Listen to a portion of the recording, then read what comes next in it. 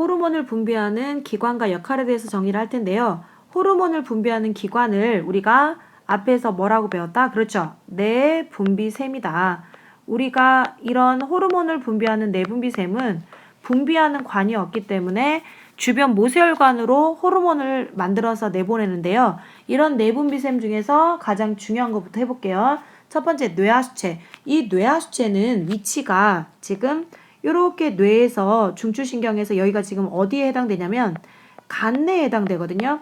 우리가 이 간내의 시상 아래쪽에 시상 하부라는 부분에 이렇게 동그랗게 있는 게 있는 부분이 있는데 그게 뇌하수체예요. 뇌하수체는 생김새를 좀 더 확대를 해보면 앞쪽에 전엽이라는 부분과 그 다음에 뒤쪽에 후엽이라는 부분이 있는데 전엽에서 분비하는 호르몬과 후엽에서 분비하는 호르몬의 종류가 다르지만 중등부 때는 그냥 뇌하수체에서 분비되는 호르몬만 외우시면 되는데 뇌하수체에서 여러분이 가장 중요하게 생각하는 생장 호르몬을 분비한다. 그런데 일부 출판사 교재에서는 생장 호르몬을 성장 호르몬이라고도 한다. 선생님은 호르몬을 그냥 H라고 쓸게요.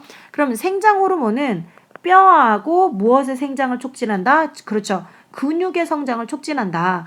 그 다음에 우리가 뇌하수체는 스스로 호르몬을 분비하기도 하지만 이 뇌하수체는 다른 내분비샘, 그러니까 호르몬을 분비하는 다른 내분비샘을 조절하는 기능도 갖고 있다. 이게 무슨 뜻이냐면 이 뇌하수체는 갑상샘도 자극하고요. 그 다음에 지금 여기 지면에는 안 나와 있지만 부신도 뇌하수체의 명령을 받고요. 그 다음에 정소도 뇌하수체의 명령을 받고 난소도 뇌하수체의 명령을 받아요. 그러니까 지금 뇌하수체의 명령을 받는 내분비샘을 동그라미를 해봤더니 지금 여기에 갑상샘, 부신, 정소, 난소 이런 애들은 누구의 명령을 꼭 받아야 되더라? 그렇죠. 뇌하수체의 명령을 받아야 되더라. 결국에 이 뇌하수체에 문제가 생기면 다른 이 갑상샘이나 부신이나 정소, 난소도 문제가 생길 수 있다는 걸 알고 계셔야 되고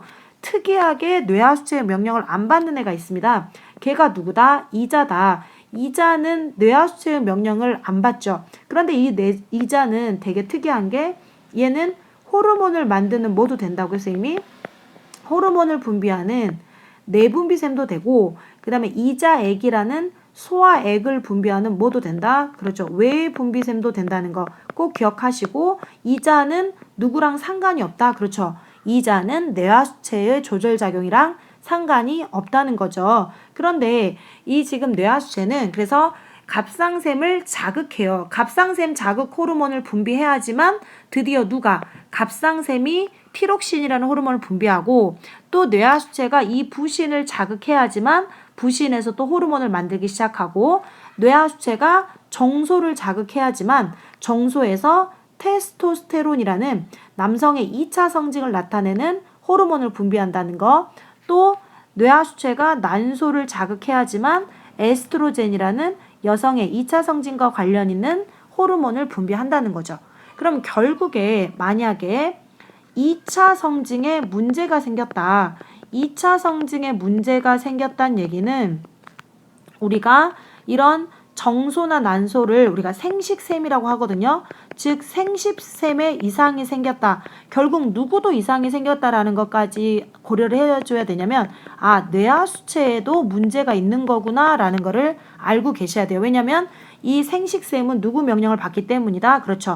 뇌하수체의 명령을 받기 때문에 만약에 2차 성징에 문제가 생겼다는 얘기는 결국에 이 둘의 문제가 있다는 거라는 거 알고 계셔야 돼요.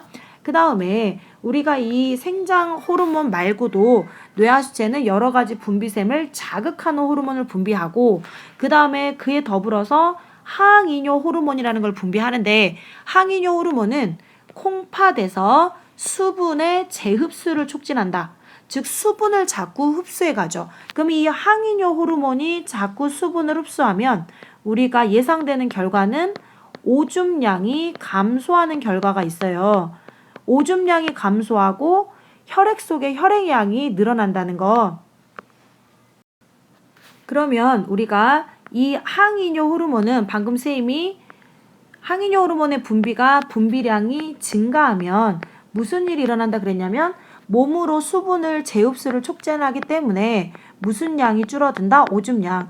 이런 조절작용은 선생님이 뒤에서 설명하긴 할 텐데 한번 간단하게 해볼게요.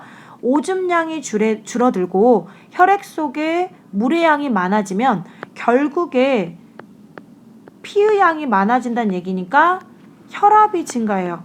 즉 혈액 속에 물의 양이 많다는 거는 혈관벽을 미는 압력이 커진다는 거죠. 그래서 우리가 항이뇨 호르몬의 또 다른 이름을, 호르몬을 제가 다 H로 쓸게요. 이것의 또 다른 이름을 우리가 바소프레신이라고 하는데, 바소프레신이라는 의미가 혈압을 상승시킨다는 뜻을 갖고 있고, 그 다음에 항이뇨 호르몬을 우리가 기호로 줄여서 ADH다라고 합니다.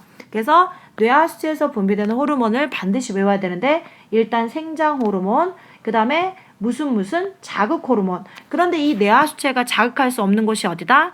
이 뇌하수체는 누구를 자극하지 않는다? 이자는 자극하지 않는다. 이거 꼭 기억하셔야 돼요. 뇌하수체는 이자를 자극하지는 않는다는 거.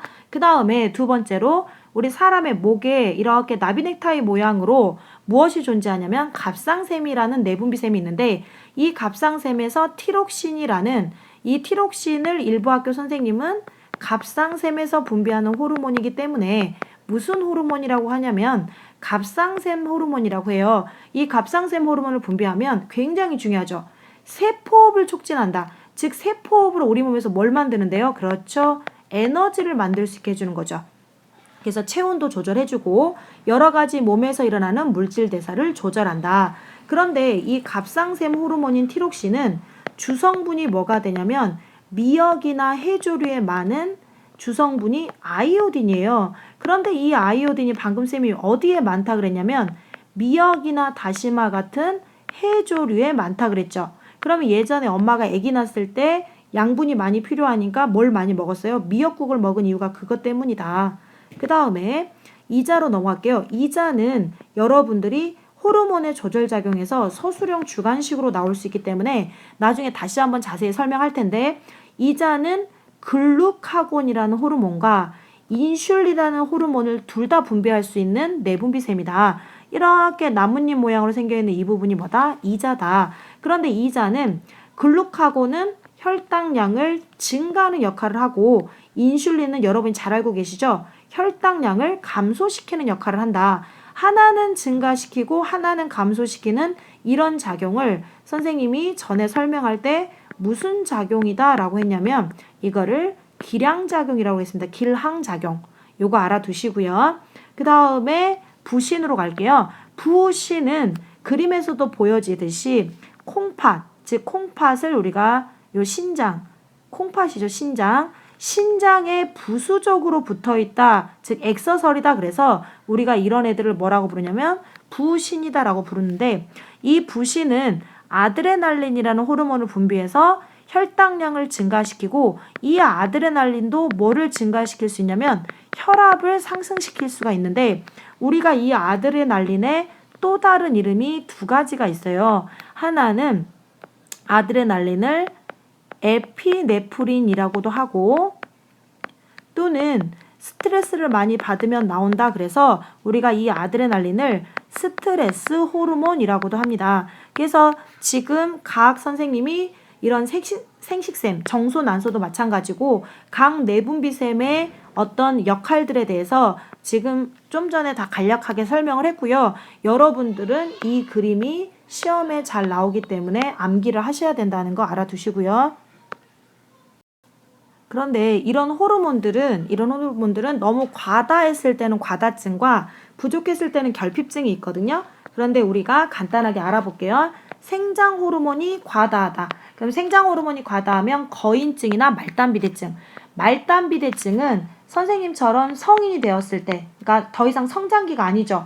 성인이 되었음에도 불구하고 계속해서 생장 호르몬이 분비하니까 우리 몸의 말단, 즉 말단은 어떤 것들이 있냐면, 말단에는 우리가 코나, 그쵸, 여러분들 그 코나 아니면은 귀나 턱이나 이런 게 길게 자라는 게 뭐다? 말단비대증이다. 그래서 체육만 같은 경우에 턱이나 이런 부분이 굉장히 길게 발달됐는데 말단비대증일 확률이 높다.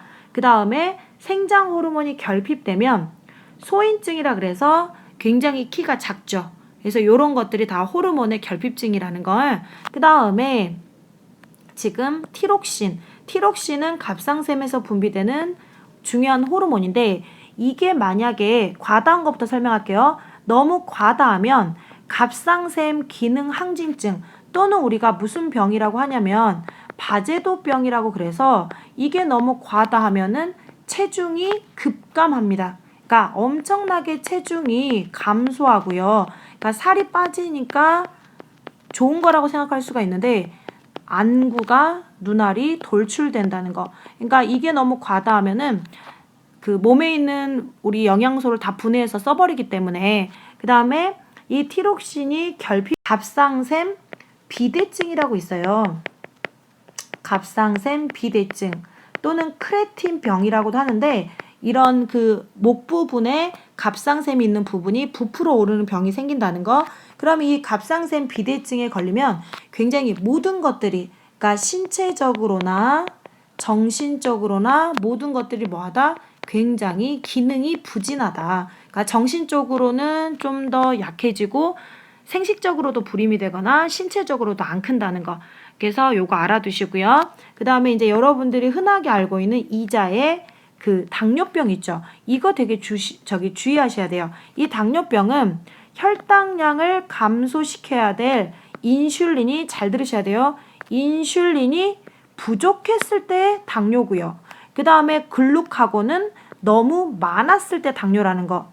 다시 한번 인슐린은 어쨌을 때 당뇨다? 그렇죠. 결핍이 됐을 때 당뇨다. 꼭 기억하셔야 되고요. 그 다음에 사람의 경우는 글루카곤 때문에 당뇨가 되는 경우는 아직까지는 나타나지 않았다라는 거. 그리고 나머지 지금 다른 내분비샘에서 여기 보시면 이제 각 호르몬의 지금 특징 같은 게 나와 있는데 아드레날린 아까 선생님이 뭐라 그랬냐면 혈압을 상승할 수 있다. 그래서 고혈압이 과다하면 예상된다. 이런 것들. 그래서 알아두시고요. 그다음에 2차 성징은 여러분들 잘 아시죠? 사춘기 때 남성은 더 남성다워지고 여성은 더 여성다워지는 거. 근데 남성과 여성의 2차 성징의 공통점은 뭐가 있다? 그렇죠. 여러분 표현으로 여드름하고 뭐가 있다? 겨털이 있다. 이게 2차 성징의 공통점입니다. 그래서 여기까지 내분비샘에서 분비되는 호르몬에 대해서 설명을 했습니다.